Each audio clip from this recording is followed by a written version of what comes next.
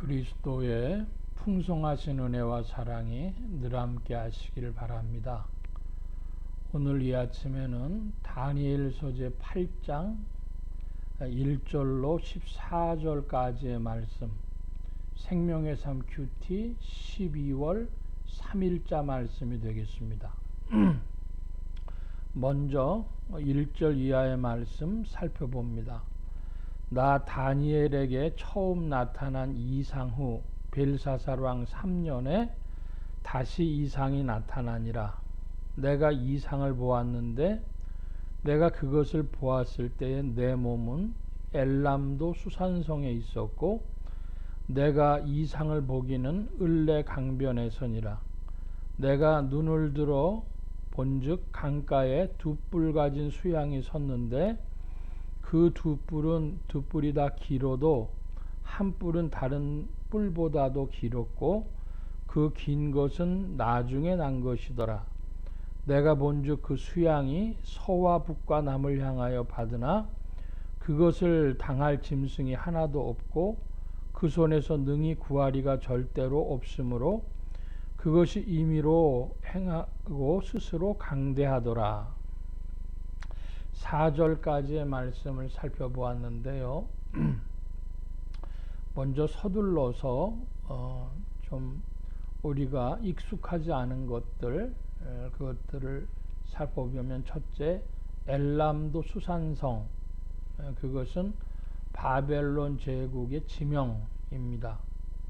그리고 을레강변이라 그랬는데 이 을레강변은 한강이 서울을 관통하고 있는 것처럼 그 수산성을 돌아나가는 그런 강이 을레강이었습니다. 또 긴 뿔이라고 하는데, 더 긴 뿔이 난다는 것은 이제 바벨론의 뒤를 잇는 메데 파사 제국을 말합니다. 그런데 두 뿔이 다 길어도 한 뿔이 다른 뿔보다 더 길다. 그럼 파사, 페르시아 제국을 말하는 것이라고 신학자들은 이야기합니다. 자, 그러면 이게 메데 파사 제국이라고 하는 게 메데라는 나라하고 파사라는 나라하고 합한 것인데, 우리로서는 잘 이해하기 쉽지 않은 국가의 형태입니다. 그것은 오늘날 우리가 뭘 보면 알 수 있냐 하면 아랍에미레이트 연합이라는 국가가 있습니다. UAE라 그러죠. 이 아랍에미레이트 연합은 7개인가 하는 부족이 모여가지고 왕국을 이룬 것입니다. 그래서 왕을 돌아가면서 한다든지 장관을 돌아가면서 한다든지 제가 정확히 기억이 없습니다만은 국가 형태가 그런 것입니다. 그런데 그 아랍에미레이트 중에서도 좀 큰 부족이 있는 모양입니다. 그래서 그들을 중심으로 운영되는데, 이제 그들 내부에서도 또 어느 정도 내분 같은 것이, 갈등 같은 게 있겠죠. 연합국이니까. 그것처럼 메데 파사도 사실은 도시국가에서 점점 자라나서, 바벨론도 물론입니다만은 도시국가에서 점점 자라나는 겁니다. 요즘처럼 우리가 알고 있는 한국, 일본 이렇게 덩치 큰 나라들이 아니라 조그만 도시국가들이 점점 지역을 확대해 가지고 거기에 맹주가 나오는데, 그런 나라들이 또 연합을 했습니다. 그래서 메데 파사 제국, 연합의 형태를 가지고 있다가 후에 주권을, 패권을 잡는 것이죠. 그런 형태로 이해하면 되겠습니다. 5절 이하입니다. 내가 생각할 때에 한 수염소가 서쪽에서부터 와서 온 지면에 두루다니되 땅에 닿지 아니하며 그 염소 두 눈 사이에는 현저한 뿔이 있더라. 그것이 두 뿔 가진 수양 곧 내가 본 바 강가에 섰던 양에게로 나아가되 분노한 힘으로 그것에게로 달려가더니 내가 본즉 그것이 수양에게로 나가서 더 나가서는 더욱 성내어 그 수양을 쳐서 그 두 뿔을 꺾으나 수양에게는 그것을 대적할 힘이 없으므로 그것이 수양을 땅에 엎드려뜨리고 짓밟았으나 능히 수양을 그 손에서 벗어나게 할 이가 없었더라. 5절 이하의 서쪽이라고 하는 것은 바벨론의 서쪽입니다. 바벨론을 메데 파사 제국이 이어받았는데 메데 파사 제국으로부터의 서쪽이라고 하는 것은 헬라 제국, 그리스 제국, 알렉산드리아가 이끄는 이 그리스 세력을 말하는 것으로 봅니다. 자, 그렇게 되면 수양과 수염소인데요. 수양은 메데 파사 제국이 되겠고 수염소는 알렉산더가 이끄는 그리스 제국, 헬라 제국이 되겠다. 이렇게 말씀드리겠습니다. 8절이 합니다. 수염소가 스스로 심히 강대하여 가더니 강성할 때에 그 큰 뿔이 꺾이고 그 대신에 현저한 뿔 넷이 하늘 사방을 향하여 났더라. 그중 한 뿔에서 또 작은 뿔 하나가 나서 남편과 동편과 또 영화로운 땅을 향하여 심히 커지더니 그것이 하늘 군대에 미칠 만큼 커져서 그 군대와 별 중에 몇을 땅에 떨어뜨리고 그것을 짓밟고 또 스스로 높아져서 군대의 주제를 대적하며 그에게 매일 드리는 제사를 제하여 버렸고 그의 성소를 헐었으며 범죄함을 인하여 백성과 매일 드리는 제사가 그것에게 붙임받았고 또 그것이 진리를 땅에 던지며 자의로 행하여 형통하였더라. 이 8절 이하의 말씀에 보면 이제 현저한 뿔들에 대해서 나옵니다. 8절 이하에 현저한 뿔 넷이라 그랬어요. 이것은 알렉산더의 뒤를 잇는 그래서 네 장군들에 의해서 알렉산더의 죽음 이후에 헬라 제국이 갈려졌는데 서쪽으로는 케산더, 오늘날 그리스 마게도냐 지역이고 동쪽으로는 실루커스 왕국, 수리아, 바벨론, 인도 지역입니다. 북쪽으로는 리시마쿠스 왕국, 트레이스, 비두니아, 소아시아, 터키 지역이 되겠죠. 그리고 남쪽으로는 프톨레미 왕국, 애굽 지역, 이렇게 넷으로 나누어진 것을 현저한 뿔 넷이다. 8절에 그렇게 이야기를 하고, 특별히 이제 실루쿠스 왕국에 대해서 이야기를 하면 9절 이하에 보면 영화로운 땅을 향하여 심히 커졌다 그랬습니다.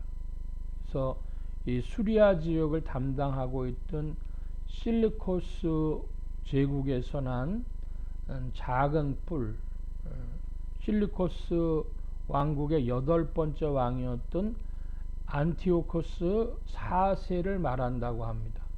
안티오코스 4세. 그 사람은 자기 자신을 신의 화신이라고 불렀기 때문에 흔히 안티오코스 4세 이렇게 부르기보다는 안티오코스 에피파네스, 흔히 이렇게 부릅니다. 이 안티오코스 에피파네스가 우리 개신교에서는 가지고 있지 않습니다만은 외경이라고 하는 책이 있죠. 성경의 정경, 외경, 위경 그렇게 했는데 위경은 경이 아니라는 것이고 가짜라는 것이고 외경은 성공회라든지 혹은 동방 정교회라든지 이런 데서는 설교단에 올라가서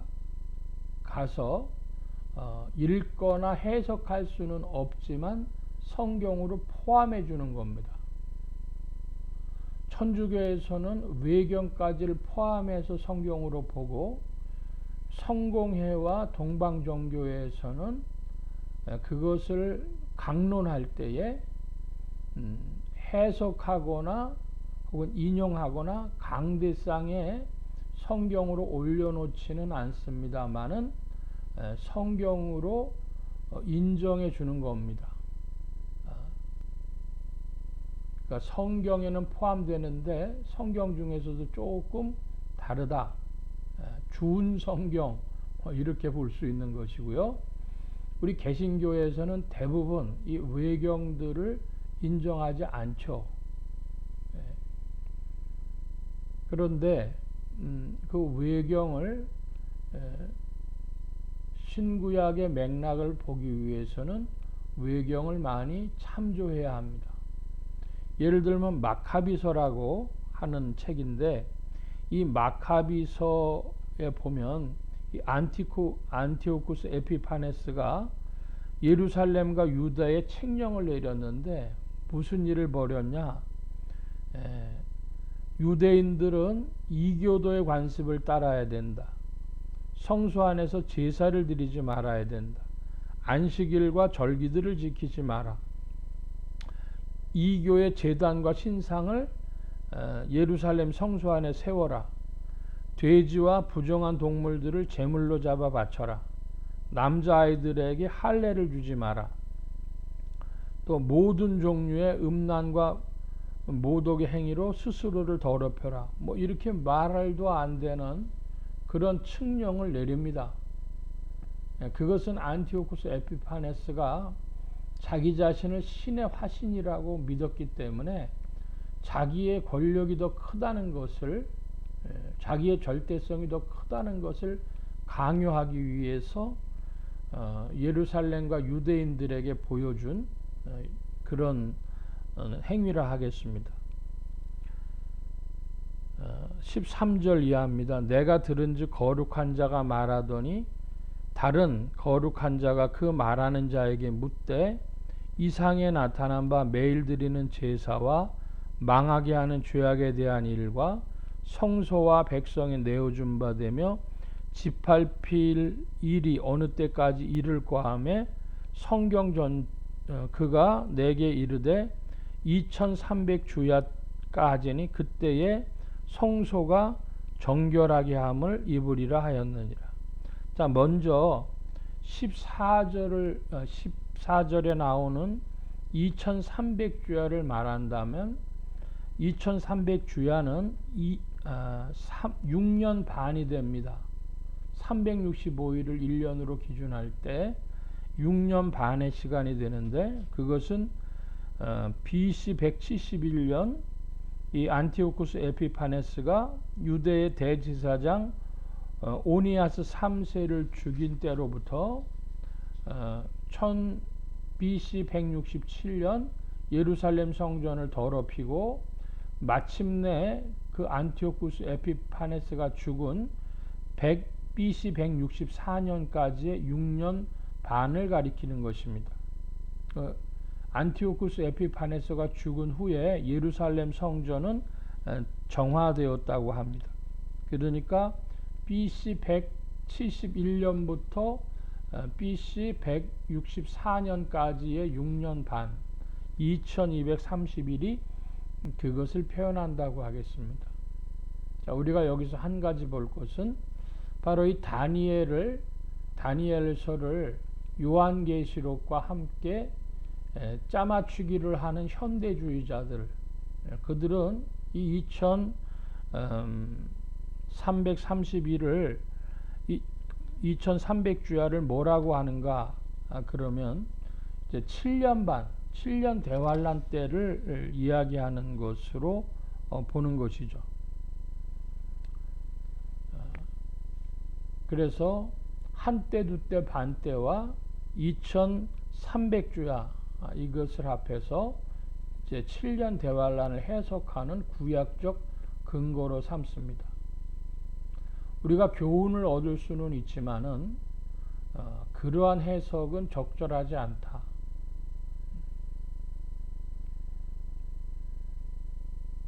그 구약의 이야기를 신약의 요한계시록과 해석해서 오늘로 해석하는 방식들은 교회사 안에 계속해서 있어 왔습니다. 오늘 우리는 2020년이라고 하는 시대를 살고 있기 때문에 우리의 관점에서 그것이 곧 이루어질 것으로 생각하지만 AD 200년에 살았던 성도들, 혹은 AD 300년에 살았던 성도들, 혹은 AD 800년에 살았던 성도들, 1200년대에 살았던 성도들, 또 16세기에 살았던 성도들, 17세기, 18세기 모두 자신을 중심으로 그러한 해석들을 해온 것입니다. 사실은 다니엘 8장은 전체를 하루 분량으로 했으면 좋겠습니다만은 가운데 나눠졌는데요. 핵심은 있습니다. 우리에게 주는 교훈, 내일 살펴보겠습니다만은 교훈은 분명한데 그것을 요한계시록과 연결시켜 가지고 오늘의 이야기로 해석한 것은 지나친 경광부회다. 그 말씀을 드립니다. 오늘은 여기까지 살펴보겠습니다. 기도합니다. 만복의 근원 되신 하나님, 함께하여 주셔서 이 세상에는 수양과 수염소들의 이야기가 계속되지만은 그러나 영원한 나라는 오직 그리스도 예수의 나라인 것을 깨닫고 하나님 나라의 백성들로 그리스도의 생명을 가지고 하나님 나라를 받드는 이들이 되어지도록 성령님 더욱 주장하시며 인도하여 주옵소서. 온 교회와 성도들과 죄종들이 함께 하심에 예수 소망 교회와 온 성도들과 부족한 종에도 함께하여 주옵시고 복음 전파 영혼 구원하는 일에 주 안에 쓰임 받으며 성령님과 함께 전진케 하여 주옵소서. 오늘도 도우시며 세임 주시기를 구하고 의지하올 때에 감사하며 예수 그리스도의 이름으로 기도하옵나이다. 아멘. 하늘에 계신 우리 아버지여, 이름이 거룩히 여김을 받으시오며 나라의 임하옵시며 뜻이 하늘에서 이루어진 것 같이 땅에서도 이루어지이다. 오늘날 우리에게 일용할 양식을 주옵시고 우리가 우리에게 죄 지은 자를 사하여 준 것 같이 우리 죄를 사하여 주옵시고 우리를 시험에 들게 하지 마옵시고 다만 악에서 구하옵소서. 대개 나라와 권세와 영광의 아버지께 영원히 있사옵나이다. 아멘.